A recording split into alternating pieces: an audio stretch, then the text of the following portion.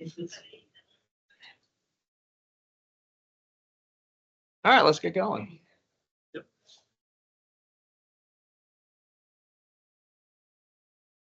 I'm Rob Brooks with the VSI. I've been working with the VMS for, a little over 40 years. My noteworthy accomplishment is that I've been using the same editor initialization file since 1981, starting on the PDP-11. Yeah, there's been some modifications, but it's pretty much the same one.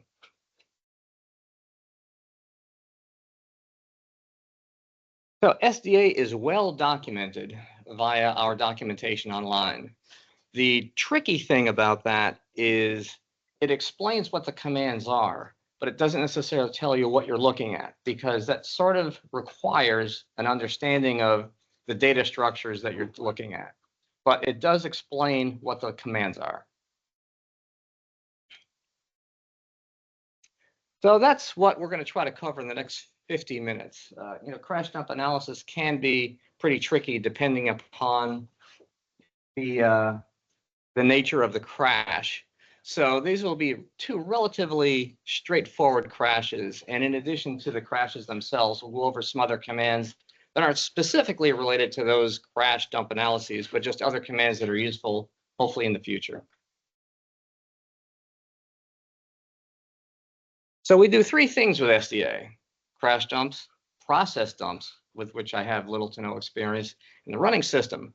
If you're using SDA on a running system, you need change mode kernel privilege. So it's not the sort of thing that any user can do. But depending upon what's going on, if you've gotten a system hang or something like that, SDA can be pretty interesting to use to figure out what's going on. So this is probably not a problem for customers, but at VSI, one thing we need to do is make sure we're always analyzing any one crash against the proper version of VMS. If you don't, as you'll see in the next slide or two, you'll get a warning. So we've got a crash dump here, and you can see those warnings indicating that there's a mismatch between the dump and the system on which we're trying to analyze the dump. And as it says at the bottom, we're trying to analyze it on a 2L1 system, but the dump is from a slightly newer version of VMS. So that gives us the warning, but we can sort that out. So we need to figure out what the base level is, and that's an internal to VSI designation that is given to each actual build of the operating system, not just actual release versions, but every single build that's done on a daily basis is given a base level, which is a base 36 value monotonically increasing. So if ever curious about that kind of stuff, check the base image for what your base level is. Not that it will really impact your running of the system, but if you're curious about some of the internals and some of the specific to our build system stuff, there you go. The show image command, which is a very useful command, which is a little quicker than analyze image and hitting return a few times. Show image is a useful command. You'll see in bold, the system that I'm analyzing this on happens to be a 9.2-3 system, and the base level is XGS4. Then the -K6N is an even weirder encoding. As it says at the bottom, the code name for our build of 9.2.3 was Katahdin, which is a mountain in Maine, and the K6N is a weird shorthand. Katahdin begins with a K, ends with N, and you've got 6 letters in between. So I didn't make it up, but it works. Anyway, the base image. Base image does 2 things, and again, there's some little internal to VSI build, but the base image is the way that the various routines in the kernel communicate with each other. The VMS kernel is broken up into several execlets that are separately loadable, can contain a series of routines. This is something that was introduced with VAX VMS 5, because prior to VAX VMS version 5, the kernel was monolithic. You didn't have all those loadable execlets. But this is the way that the kernel communicates with each other.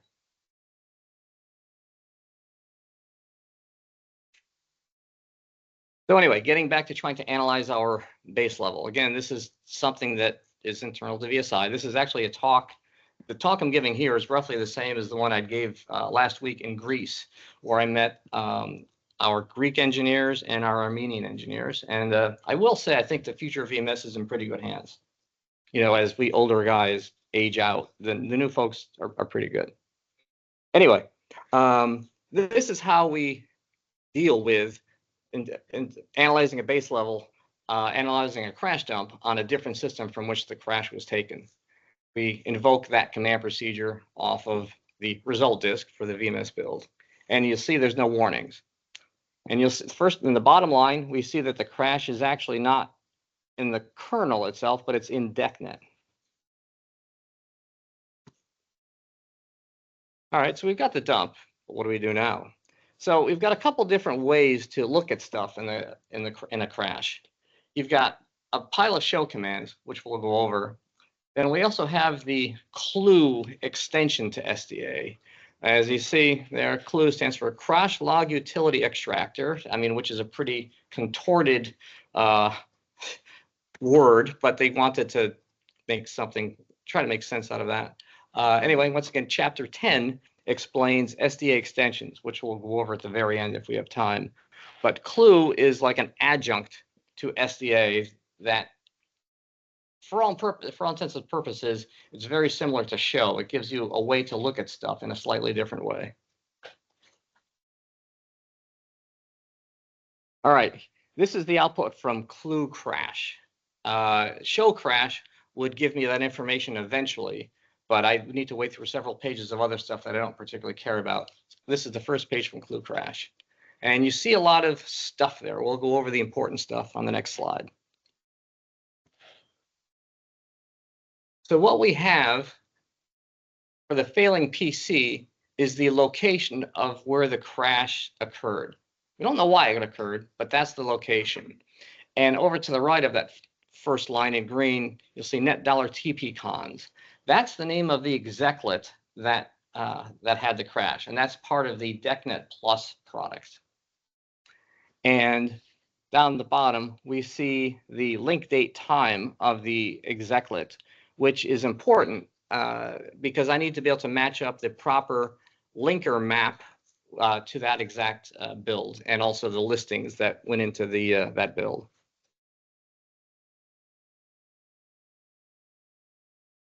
So I happen, as I said, this is part of DECnet, and so I need to go to the DECnet build, which is the separate system from where VMS itself is built, and that is the map that corresponds to our crash. For you developers out there, always generate listing files and always generate maps, presumably /cross/full. You never know when you're going to need it, but that information is really useful when you're trying to figure out what's going on. You know, back 30, 40 years ago, especially 40 years ago, is almost like the sort of thing people didn't tend to do because they're worried about disk space. Don't worry about disk space now. Save the maps and the listings. They're really useful. When we got a lot of the source from HP back in 2014 when VSI was starting, we need to rebuild everything at VSI. And the layered products were not necessarily transferred to us in the most accurate way, and we were missing certain files. And I was able to go back to the maps and the listings that did come with them, and I was able to figure out where the file should have been, and I was able to go back to HP India and pull it over myself. But the point is, without the listings and the maps, it would have been really tricky to build that stuff. All right, we're looking at a linker map, and if you've never looked at a linker map, it can be a little overwhelming. But what we're doing here is we're jumping to a part in the map where we're looking at the code PSEC, program section. And so what our job here is to figure out what module had the crash. So what we do is we take the offset of hexadecimal 32480, and then we look at those various modules there and try to figure out where does that offset fall between this, well, the base and the end, the start and the end of each module. And we see down at the bottom is TPCon's $TCP interface, because we can see that the offset falls between start and end there. Then we do a little hexadecimal math to figure out where within that module the crash occurred. And we see that hexadecimal, it's 5F50. So now we need to go to the listing for that module and see what we find. So we jump down into the listing. This is the part of the listing file that is past the actual high-level source and shows the generated machine code. This is an Itanium system. And so, well, Itanium assembler is kind of messy, and we don't really need to worry about that. But you'll see the highlighted top green line is where we see our offset of 5F50. So that's the actual line where the crash occurred, or the beginning of the crash.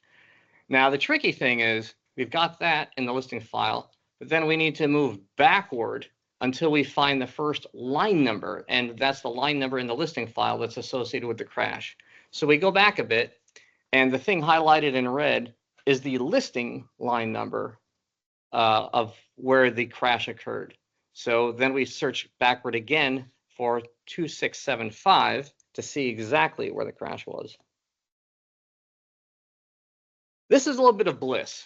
And so this is an interesting one, because you'll see that there's actually a bug check there that the system said, hey, I don't like what I'm seeing, I'm going to crash. So the resolution to the crash is not exactly satisfactory, as you'll see there. It was not something we could solve, because this was DECnet over TCP, and as it turns out, it was not our TCP/IP product. It was a third party's product. So we told the customer, go to the third party, have them deal with it. And this is not exactly the first crash we've seen it related to the third-party product. So it was a pretty easy thing for us to not even analyze and say, yeah, have them deal with it. So yeah, it's a little unsatisfactory. But the point is, the key thing is knowing how to go from the map to the listings, and then within the listings, finding the point of the crash. Doesn't necessarily at that point tell us, what the cause of the crash was, other than in this case we know was inconsistency check. But in the next crash, there's a little more analysis to be done. So while it wasn't useful for debugging this crash, another useful SDA command, and we're going to go through several of these that aren't really germane to the actual analysis of the crash, show call/summary. And over on the right, you're going to see a lot of strange looking routine names, and that's a mix of stuff within DECnet itself. You might recognize something like pwip driver, which is used for the DECnet over TCP/IP. You'll see Swiss dollar mumble, which is our software interrupt services. That was designed for Itanium and also used on x86. When we moved from the VAX to the Alpha to Itanium, we had less control of the hardware. And so the notion of being able to embed certain things in the hardware to work with VMS, like interrupts and ASTs and stuff like that, was moved out of hardware into software. And that's what Swiss is. Anyway, show call summary, again, if you want to understand kind of what the order of routines you were following to get to where you were, that's a good command. Also, and again, not necessarily related to this crash, is just the analysis of navigating around the dump. And as I said, you've got an address. You might be picking through a data structure and say, oh, where's that address? The map command is useful. Now, in this specific case, I'm just mapping the existing crash point, which we knew, we actually knew what that was because of the crash right there. But the point is, if you've got an address, you have no idea where it is. Is it in an execlet or not? Is it just part of a data structure, in which case you'd get a different message indicating not in an execlet? But the map command will show you if it's in an execlet where it is. So you've got an address and you want to examine it. Several different ways. Hard, better, and best if possible. Hard is just looking at output with a string of hexadecimal digits. Maybe you'll get some ASCII representation if it actually turns out to be text. Most likely it'll just be junk and non-printable characters. Little better is if it's a known data structure, SDA can help you and format the data structure itself and show you the fields and what the values in the fields are. And even better, if you're lucky, is if there's a command that'll actually give you more detail about the data structure itself. And we'll go over all three of those. And again, got any questions? Fire away. All right, so just looking at raw memory, the examine command, you've got several forms. You've got just the examine and the address, and it'll give you 64 bits of information there. You can examine a range of memory, or you can examine a specific number of bytes in memory. And those two lower commands show you the number of bytes you're analyzing or just a range. And again, it attempts to format the output there on the right into ASCII, and as it is frequently the case, it's not really useful. This address, I picked this address for a reason. This is the address of a running system. This isn't from a crash dump, and you'll see other ways to analyze this specific address. Format command, very, very useful if it's a known data structure. And I'll get to that warning, the error that we got in a bit. This data structure is known as a write bitmap, and that's used by the volume shadowing product for mini copy and mini merge. And I'm not going to go into the details of that data structure because it's kind of a mess. But the point is, it's interesting because SDA says, I don't really see any symbols there. I can't format it. But if I read in a symbol table, which is the second line there in SDA, the read IODEF, that has all of the details of the actual data structure itself. Once we read that in, then we can nicely format our data structure. And the point is, it's a lot easier to follow that than it was the previous slide with just a bunch of hexadecimal digits. How do I know that it's IODEF? Pain and hard knocks. Well, if you saw the right bitmap, you kind of think it's storage. Well, that's true. Yeah, I mean, you begin to learn as you're analyzing this stuff where the stuff is located. And a later slide talks about a few other symbol tables you can read in, because there's usually 2 or 3 key ones. A command I've often used is read/exec. Well, I'll get to that one too. Right, Yeah, slash yeah, exec. yeah. Anyway, so the interesting thing is SDA recognized it as a known data structure, but didn't really know anything about it. But it did know that it was a known data structure. How does it know? Those fields in bold there are at the top of pretty much every kernel data structure. Those 5 specific fields, and it was specifically the type and subtype that told SDA exactly what data type it was. So that's why I was able to give us a hint by saying, yeah, I recognize it's the WBM, WBMB, not sure anything about it. But that tells us that's why SDA knows.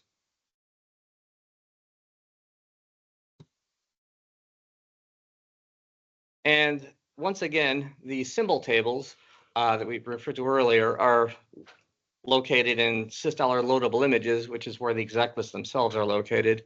And so there I list several common symbol tables. I pretty much get everything done between IODEF and sysdef.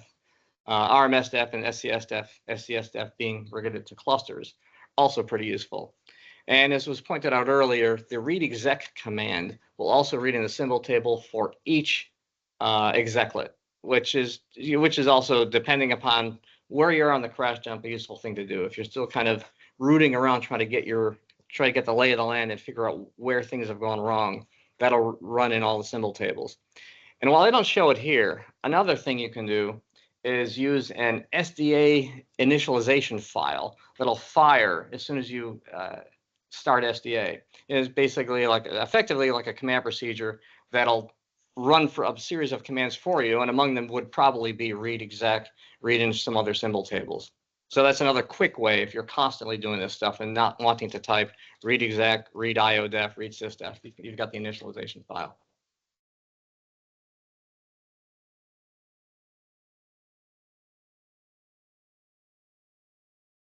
Finally, you've got SDA show commands if you actually have the data structure formatted. As I said, the bitmap is associated with host-based volume shadowing. And so if we take a look at the data structures for DSA4, which is my shadow set of interest, and the show device/bitmap command is the way to break out even all of the data structures into even more understandable stuff.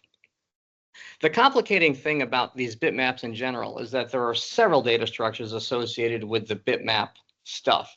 And it's not obvious here, but this screen and the subsequent screen are kind of combining like 3 or 4 different data structures that are all tied together. I'm the one that wrote the show device bitmap command because I spent a week picking through that raw hexadecimal stuff once. And I said, I'm never doing this again because it was just torture. And I got there eventually, but that's what led me to actually writing this command. And are any of you in here using either mini copy or mini merge bitmaps? Okay, so yeah, this is some of the internals of how it works.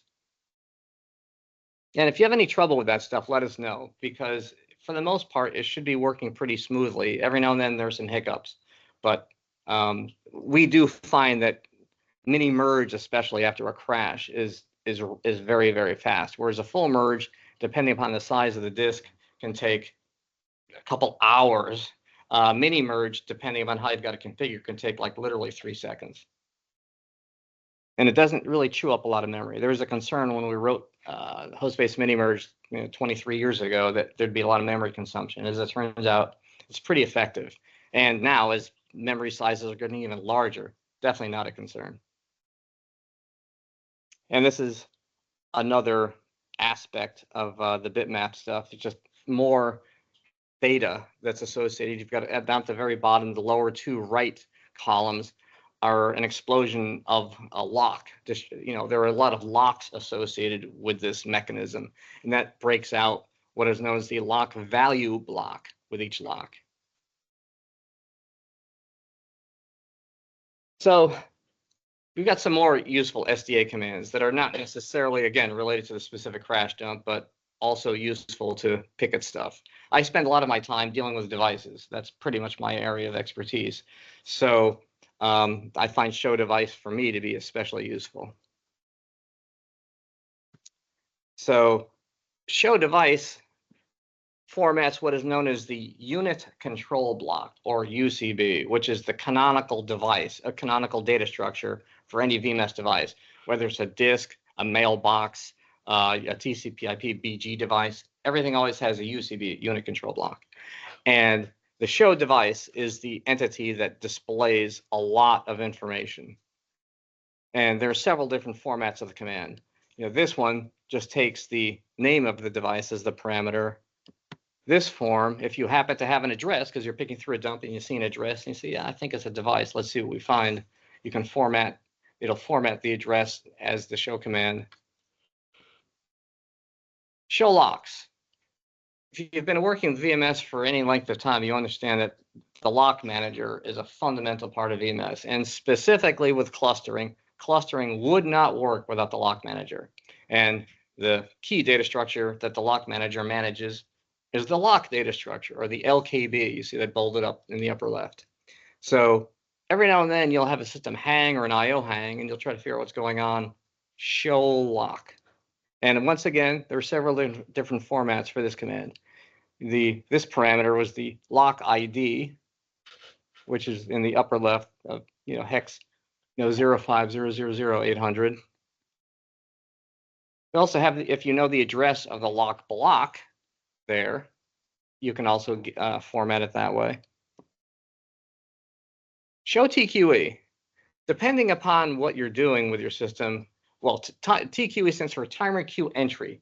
There's a zillion of these going on in the system at any time. And what a TQE is, it's a small piece of code or small data structure that is put on a scheduling queue and scheduled to go off at specific times. And the reason why this slide is in here is when I went to speak to our folks in Greece last week, they're doing a lot of work with timers. They're getting up to speed with some timer stuff. And so that's why I threw this in here. Anyway, you've got TQEs, and you can see the column on the right, lower right, is actually where the routine that is going to execute is located. And this is the detailed information about a TQE. Interesting stuff here is the fact that the requester PID is 0, access mode is also 0. Process PID, the PID process ID of 0 means it's a system TQE. Access mode of 0 means it's kernel mode. The also in the TQ is the auto daylight save. You can view that in there as well. Yes. Oh, absolutely. Yeah. Yeah. That would be the one with like an old date sitting in there, like, why do I have a TQE from like way back Yeah, when? exactly. Yeah. All right. Other aspects of the kernel. Concept of global symbols. Once again, we're getting back to the base image. And global symbols are used throughout the kernel. Usually they're either pointers to stuff or it's a countable value. Pointer example I'm using there is pointer to the UCB of the system disk. Value example is abstim, which is the number of seconds since boot. And sysgen parameters are stored in global symbols. So once again, using SDA, taking a look at these global symbols, show symbol command is what we're using here. And it gives you the address of the symbol, which may or may not be interesting, but it also gives you the value. And like in the first one, that is the number of seconds since boot. And in the second example, the value is actually the address of the system UCB. And like I showed in an earlier slide, show device / address equal mumble will give you the show device command for, will give you the system disk for the system that I'm on.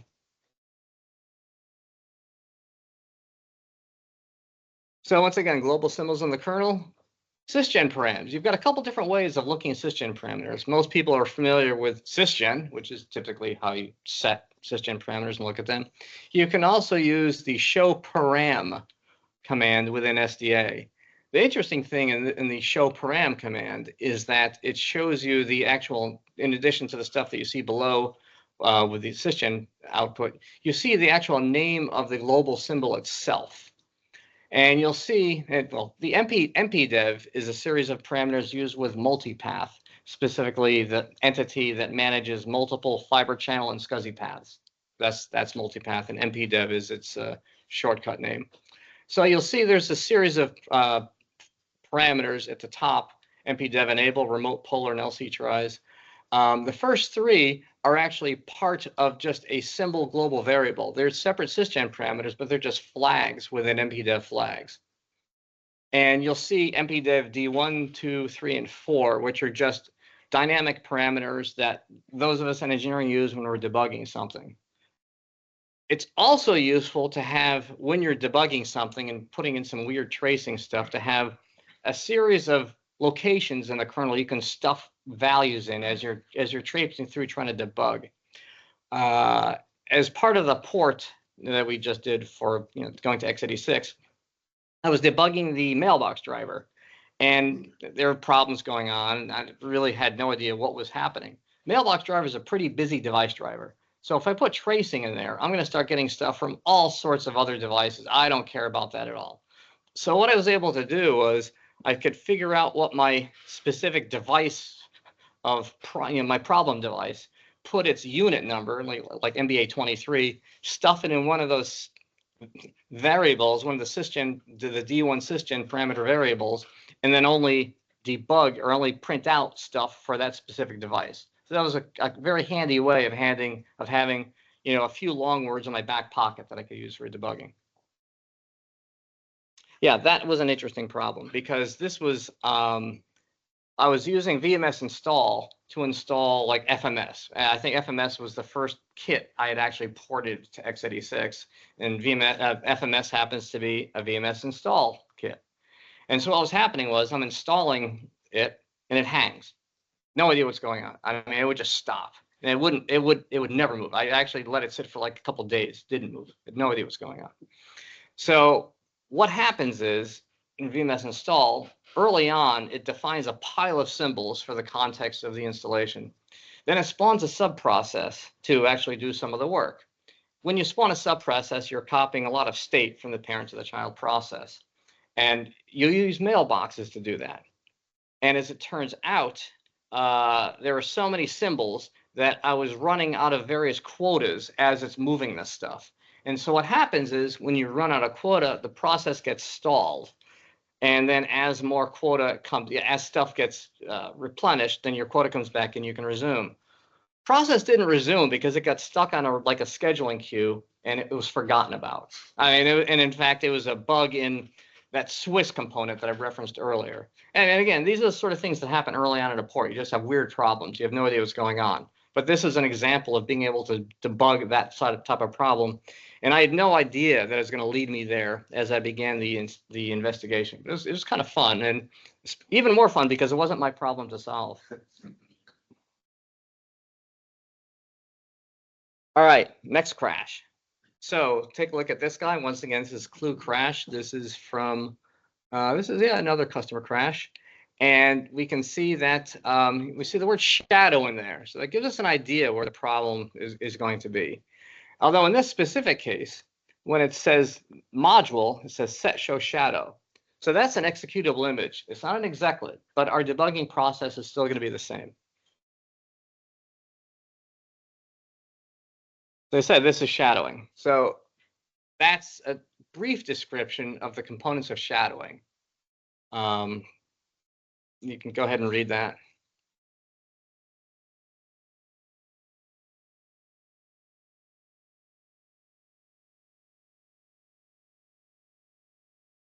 So once again, go through the map. We discover that this was a crash from 2L1. So I go to the linker map for that image.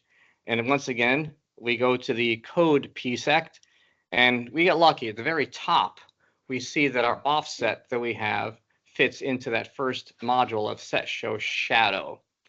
And you see below it, you see a couple other modules: set show shadow 2, shadow server subs, show IO. Shadow server, set show shadow is written in Bliss. Set show shadow 2 is written in C. Not exactly the most descriptive of names, but when we started, most things were written in Bliss or macro, and to a lesser extent C. As we've been adding more modules over time, we try to do it in C as much as possible. And so the naming convention we've been using is sticking a number after the module name.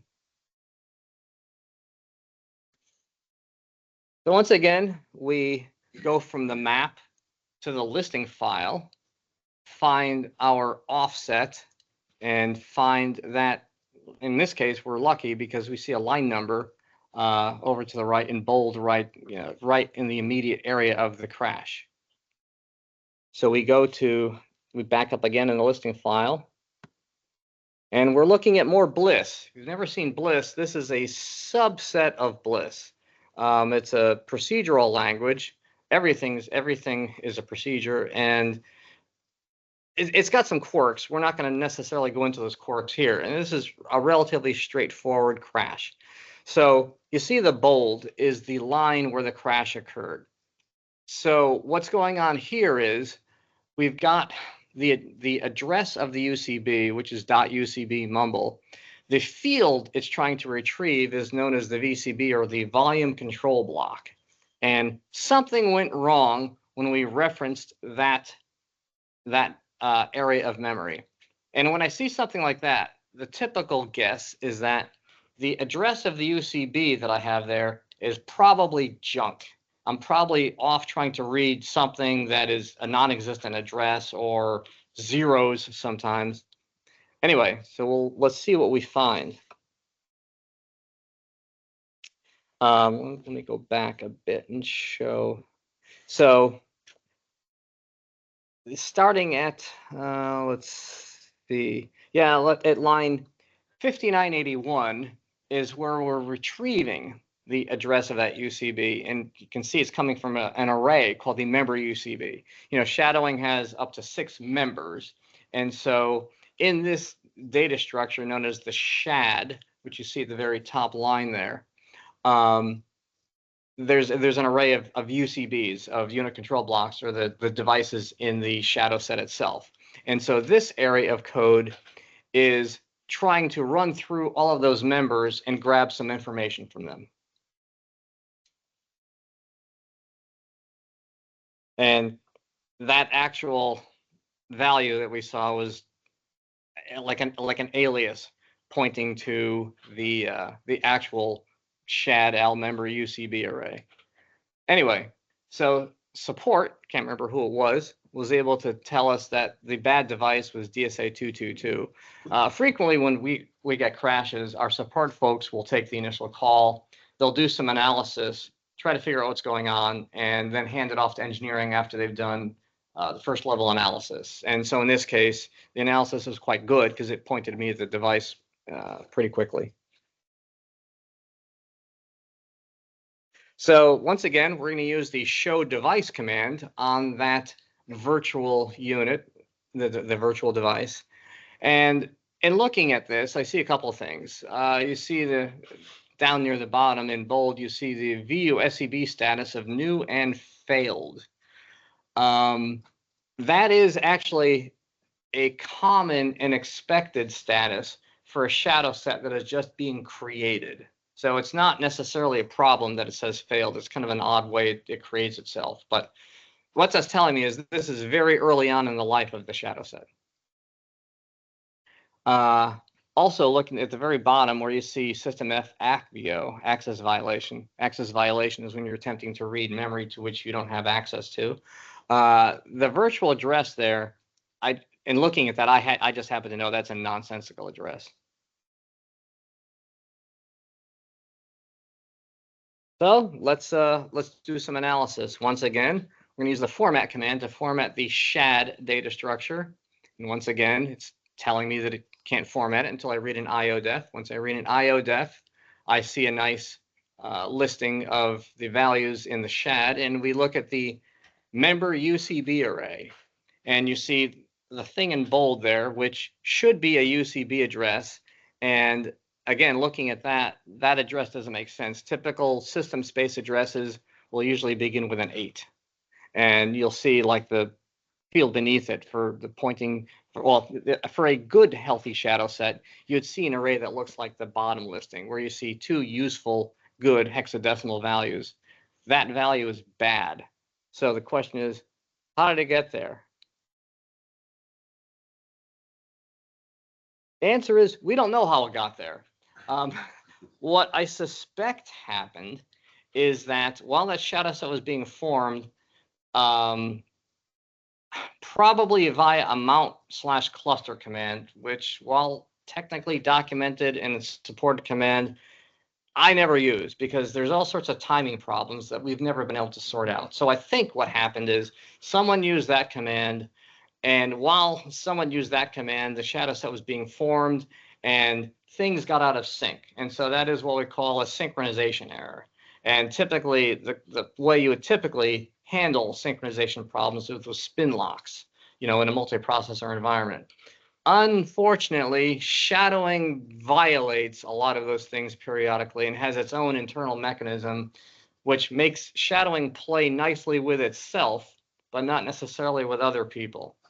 So what I needed to do here in the stuff in bold is the fix that I put in, which will prevent attempting to access that data structure by checking some valid bits. In fact, that is the proper way within shadowing to protect synchronization, to make sure the data structure isn't touched until it's ready.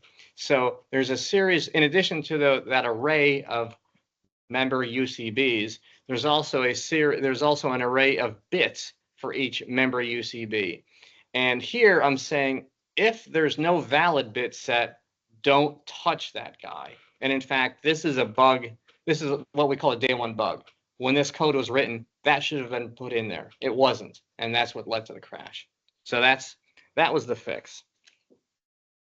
And that's my write-up for the fix. In all of our source, when we're making a change to source, we'll put in a lot of text in what we call the edit history. And the goal of the edit history is to explain to somebody why the change was made, what problem you're trying to solve. In VMS engineering, we all tend to be very long-winded because we like to explain things in as much detail as possible. And sometimes we get a little off the cuff with some of our comments, but the point is that kind of stuff is really useful because I'm looking back at stuff that was written 30, 35 years ago. And the comments there help us a lot when we're trying to make sense of stuff.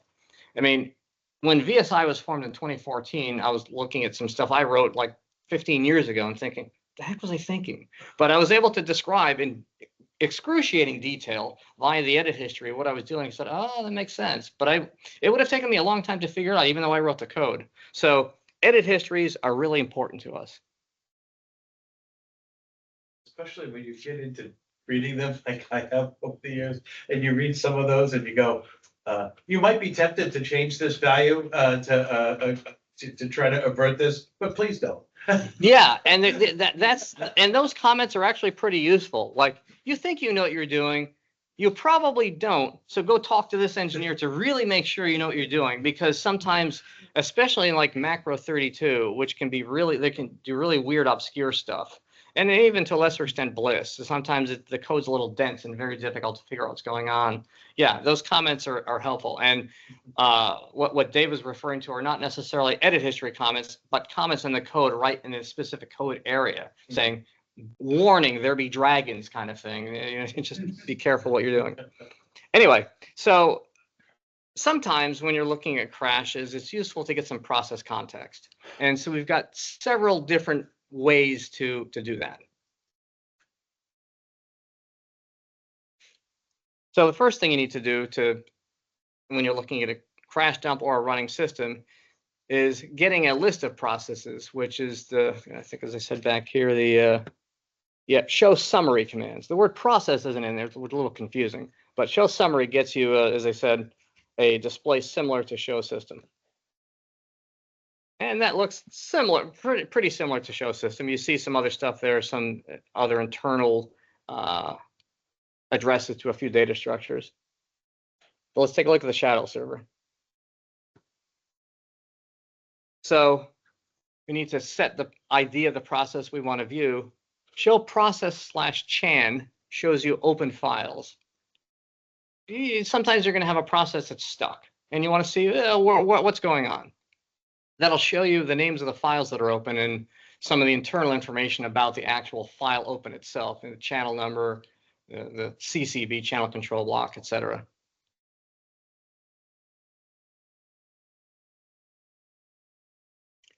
Another one, if you want to take a look at a DCL recall buffer, which is very useful as a system manager. If I want to do something to a system and there's several people logged on, but I can't get a hold of them, especially when we've got engineers working in other geographies, you know, I don't want to trash something they're doing by shutting the system down, but I can see, well, let's see what they've done. Are they actually doing anything important at the time? So clue proc/recall will give you the command recall buffer. In this case, I had only done a handful of commands, you know, mostly just for this demo. SDA extensions, I referenced them briefly earlier with clue. There's SDA extensions are really tricky. They're user written, and by user, it could be a customer. Also, we've written a lot. They're not documented that much in SDA. The actual mechanism to build them is documented, but there's a pile of them typically for a lot of different data structures. The one I use the most is in bold is trprint. And that's what I use when I'm debugging, because my debugging information goes into a circular memory buffer. And the nice thing about that is if the system crashes when I'm in the process of debugging, that memory buffer is in the crash. So I can pull the stuff that's been logged, and sometimes just finding out where it crashed after a series of writes by trprint will help me debug the crash. The point is, these are a little tricky, but they typically have a lot of good online help. Like dklog, the DK driver. With DK driver is the SCSI class driver that handles pretty much all disk I/O, including fiber channel. And say dklog help, it'll give you a listing of the commands and how to use them. And that's pretty typical for a lot of SDA extensions. Another popular one, especially during the Itanium days, was alignment fault analysis. If you recall, in the early Itanium days, especially when performance was a little dicey, we determined that alignment of data structures, not just kernel data structures, but even user written code, if it was not on a natural quad word aligned boundary, performance was brutal. The fault analysis SDA extension is the thing that helped a lot of people fix their code. As I said, not just our kernel code, but a lot of users found that to be very useful. So that's an example of a SDA extension that users found quite useful. That's it. Any questions? All right. Thank you.